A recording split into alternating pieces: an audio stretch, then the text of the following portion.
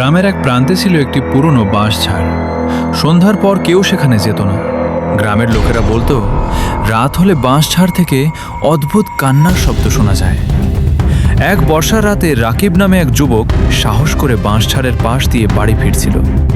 হঠাৎ সে শুনতে পেল, বাঁচাও, বাঁচাও। রাকিব থেমে গেল। চারদিকে কেউ নেই।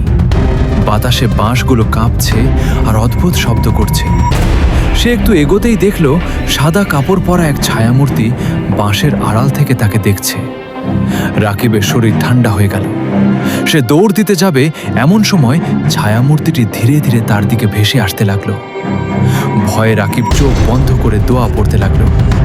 কিছুক্ষণ পর চোখ খুলে দেখে সামনে কেউ নেই, কিন্তু বাঁশঝাড়ের ভেতর থেকে আবার সেই কান্নার শব্দ। ফিরে যাও, ফিরে যাও। রাকিব আর এক মুহূর্তও দাঁড়ায়নি, প্রাণপণে দৌড়ে বাড়ি ফিরে আসে। পরদিন সকালে গ্রামের লোকেরা বাঁশঝাড়ে গিয়ে দেখে সেখানে বহু বছর আগে বজ্রপাতে মারা যাওয়া এক বৃদ্ধার পুরনো কবর রয়েছে। এরপর থেকে গ্রামের কেউ রাতের বেলা সেই বাঁশঝাড়ের কাছে যায় না, আর আজও নাকি ঝড়ের রাতে সেখানে কান্নার শব্দ শোনা যায়।